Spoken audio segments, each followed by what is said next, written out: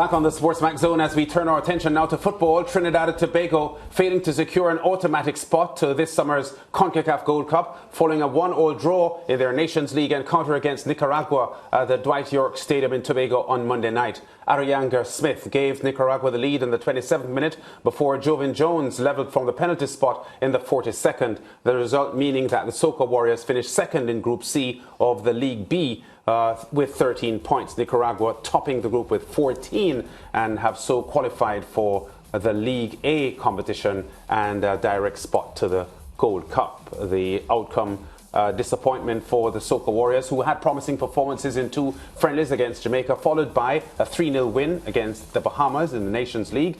Let's get into more details now with head coach Angus Eve. Angus, I know Nicaragua is a pretty tough opposition. You were 1-1 last night, needing a victory to get a direct berth to the CONCACAF Gold Cup. Assess for me what happened in this fixture. I think, Lance, we were a couple of players short up front. It's well documented. We lost a number of our star players, which I would call up at the top end of the park. Just a week before, with Levi being injured and Kevin being injured, just a matter of 2 days in between each other. I think that really hurt us up front with the quality. Because we had some good chances in this match. I think we had good ball possession. We moved the ball well. They had like 2 shots on target for the whole match. And it resulted in 1 goal for them. And we had numerous chances that we could have taken and just didn't capitalize on it. Yeah, before we go further into assessing this match, your Gold Cup hopes not completely diminished because you do have the Gold Cup prelims qualifying series to get into the Gold Cup. Is it possible that Kevin Molino and Levi Garcia could recover in time for those fixtures? Well, we thought that they were going to be all right for these ones. And unfortunately, when the type of injury that guys have is muscle type injury, on Levi's case, and Levi has very big muscles, so they're very ticklish. And Kevin, is well documented the amount of knee operations that he has had and the amount of issues that he has had with knees. So, it may be a case where we would have to probably go without them again. But because Kevin, in his case, is 3 months, the club have diagnosed. Levi a bit shorter. So come June, there may be the option of having Levi, but Kevin probably a touch and go. Yeah, and we know that you're in a rebuilding phase with this Trinidad and Tobago team, Angus, because TNT traditionally is a powerhouse in Caribbean football and prominent as well in CONCACAF football. How confident are you that in the coming months and maybe going into next year when World Cup qualifying starts, that you can get this squad potent enough to challenge for a World Cup spot? I think I've said it's well documented. I've said that we've been working on the defensive shape and being resolute. We got 4 clean sheets in 4 practice matches before and 1 competitive match. 3 practice and 1 competitive against good opposition. And again, we need to be strong positively at the back because, as I said, the frailty for our team is up front. We really lacking quality attacking players who can put the ball in the back of the net. So when 1 or 2 players are injured at that end of the park, we would struggle, and you saw it. We created numerous chances. If you saw the game, we had good looks at the goal, cross balls going across the park and stuff like that, and we just couldn't capitalize on the finishing. I've mixed and matched. I've tried wingers. I've tried different type of players to play in the position, but it's very difficult when you don't have enough options. And coach, in the post-match press conference, you spoke about the referees being too lenient on Nicaragua. Can you tell us a bit more about that? Well, I don't know if you saw the game before. It had some Jamaican referees. And corner kicks, we scored a goal. It was disallowed, a good goal in that match. Before I did the press conference, I didn't see the video because we had Wi-Fi issues. Yeah. So we was trying to find the game on the tablet. In our view, it looks like a good goal from Marcus Joseph. It looks like the ball hit him on the shoulder here, although the arm was extended. And I'm just saying it looks like from our view.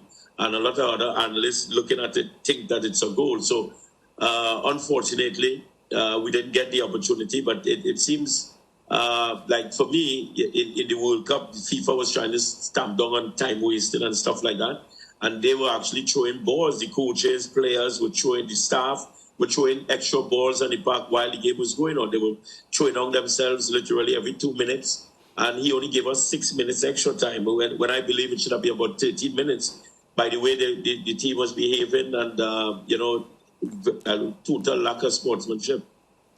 Yeah, Coach, the selection of Rondell Winchester, just 4 matches before these Nations League matches, 4 matches for him, 4 caps in a 10-year period. Called him up, started him against the Bahamas. What would you have seen, although he did not score in that Bahamas game, from him in that game that would have made you given him the nod for such an important game last night against Nicaragua? Well, Andre Rampersad, we could second guess all the time. Andre Rampersad is 28 years old. He has never played for Trinidad, and in the 2 matches, he looked phenomenal. So Rondell has a lot of experience playing abroad. He's playing in Malta. So we thought that based on the importance of the game, we didn't want to bring in players who didn't have experience. So in our opinion, he's a big guy. He's a good unit. He's a number 9. He's scoring goals in Malta where he's playing. So, sometimes they get him right, sometimes they get him wrong. But at the time, we thought that he was the best option.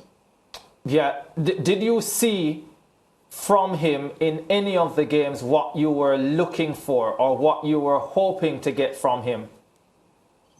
I'm not going to chastise a player in public, but he knows what I would have said to him, what he has to work on. But definitely, he's an athletic guy. He's a big guy. I don't think he's a natural finisher. I will go that far. And that's a problem that we've been having. Yeah. You're going to have to go through the qualifying tournament now to try and get to the Gold Cup. What does the program look like between now and then? Well, we had a meeting yesterday with the FA. The president was over at the game, and we had a meeting in the hotel. We had a good performance. The team played well. We moved the ball well. We created chances. Unfortunately, we didn't take the opportunities that we got. There are some other options out there that we can explore. We're looking at players. We're trying to see what we can do to strengthen the team in that regard. I would say this, guys. We lost 8 players the week before we played these games. The 2 injured players, Judah Garcia, he has a back injury. Neville Hackshaw had an injury. Sheldon Bato. I mean, the list before the week that we played the games is unbelievable, and we were scrambling all over the place for people to fill in for the guys from the remainder of the roster that we had. Yeah, that's really tough, Coach. One quick one. On a scale of 1 to 10, give me your disappointment level given everything that you have just said. 10. Good answer. Lance? Angus, we'll talk. We'll be monitoring TNT's build-up for those CONCACAF Gold Cup qualifyings intently, and we wish you all the best with your squad. Thanks, guys, and congratulations with the result for Jamaica over in Mexico. That's a great result for Caribbean teams. Yeah, 2-2, the Jamaica Reggae Boys in the Azteca. Teams don't go to the Azteca and very often avoid defeat, so we take Angus's point. Yeah, very much so. And you have to give credit to the Jamaicans. A lot to say about that performance, Lance and Mariah, and I don't even want to start because, yes, it was a good result. But if you're thinking about the Gold Cup and the possibility of winning the Gold Cup, because I think based on what Jamaica has done in the Gold Cup in the recent past, then the thinking has to be, what do we do to win this? And there are some things that have to improve, including the performance of one of the star players, Leon Bailey. And I'm also wondering about one, Ravel Morrison. Do we go forward with him? Yeah. Okay, congrats as well to St. Kitts and Nevis and St. Lucia, who also won their groups in League C, which earned them promotion to League B. So St. Kitts and Nevis 2-0 over Aruba with Keith Roy Freeman brace, and St. Lucia winning by 3-1 in their final fixture against Dominica. When we come back after the break, powerlifting and Sammy DePaz.